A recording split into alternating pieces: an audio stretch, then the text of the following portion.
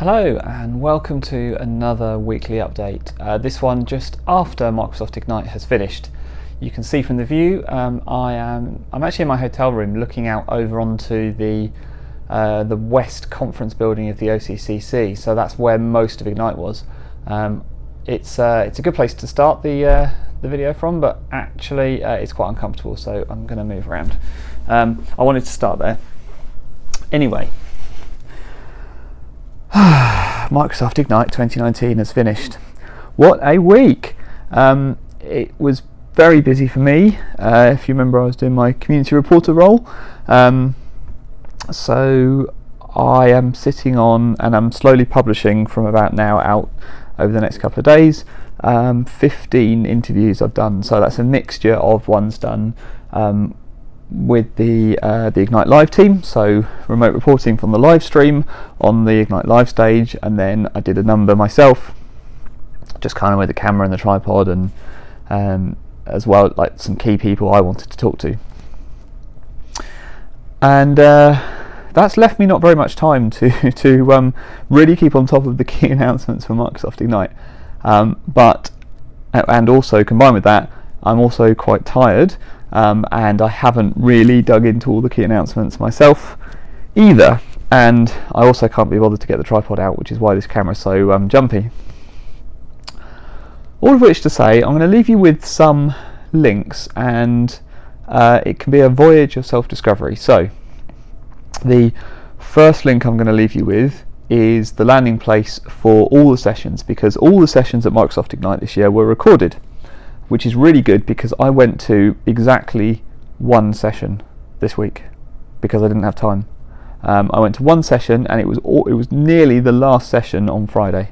It was just before lunch on the Friday I went to a session. So I'm using that link. I'm going to I'll put in the notes to the session catalogue where you can download or watch the videos. You need to have a Tech Communities login, but that's all you need. So that's really, really good, and you can browse that by keyword, you can browse it by speaker, you can go looking up exactly what you're interested in. And so that is the first place to go for a whole mine of new information, new videos and new content, and I will be using this resource over the next couple of weeks, trying to pull out the things that I thought were interesting about Ignite, and that won't be a thing that I can do in the next week. It's going to be a multi-week process because there is just so much content there. The other link I'm going to give you is the one to all my videos. So on top of that, there are also the videos that I've done and that I'm putting up to YouTube. So I'll put a link to my Ignite playlist again. I know it's the same link, it's the same playlist as the one before. So if you've still got that, you can still use that. But if you weren't aware, then I'll put it in the notes again because I'm adding all those interviews that I did at Ignite. Try to whet your appetite by thinking about some of the people I interviewed. So I interviewed a corporate vice president, I interviewed several PMs, several directors, Scott Hanselman, that was a fun interview, and yeah, lots of people. So if that sounds interesting, then I think you should go and watch that. But that's pretty much it, I think. I'm excited by Azure Arc. I think that was the kind of big thing for me that I took away from that Vision keynote. I'm excited for some of the new things in Teams.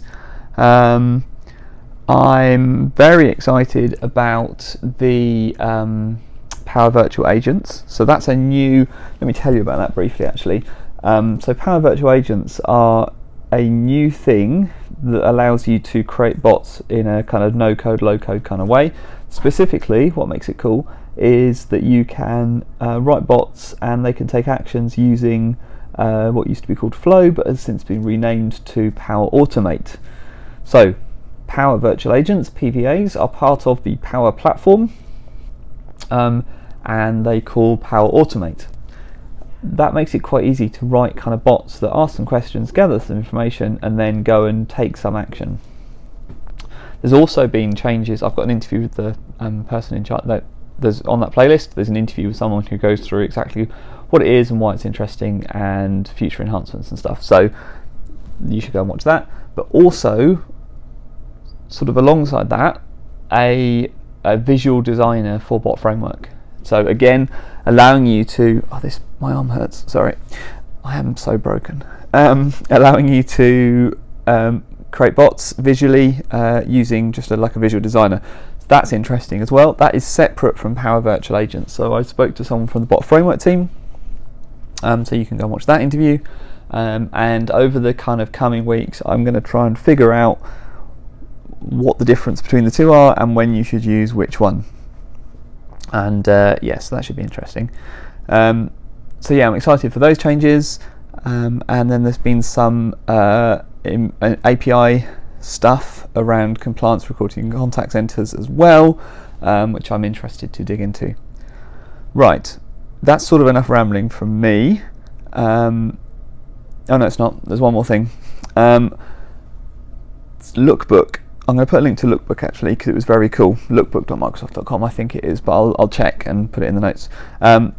It allows you. It's kind of like templates for SharePoint sites. So a bit like, you know, Squarespace, whatever. You can look at these lovely designs and you can say, "Yep, I'll take that one," and it builds one for you. This is exactly the same. You can look at these lovely, curated, beautiful template designs and then click a button and say, "Yep, add that to my tenant." And it will do so. It will create that new SharePoint site for you.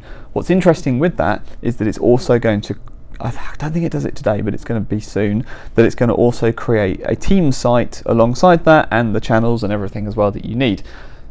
Really interesting as well. It's all open source. It's all the templates are open source. The process of doing it is open source. The content it creates, the SharePoint sites, are open source.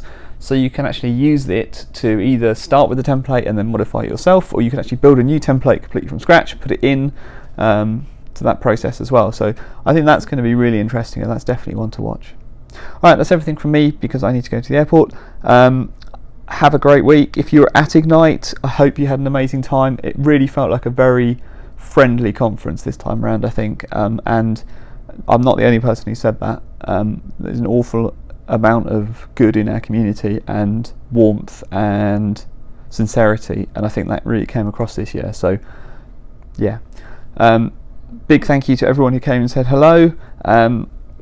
Massive thank you to everybody who makes Ignite happen. There's too many people to name, but the community managers, the organisers, the people responsible who helped me with the community reporter stuff, the whole production crew and the team, all those guys are fantastic. Yeah, everyone else, have a great week, and I'll speak to you again next time.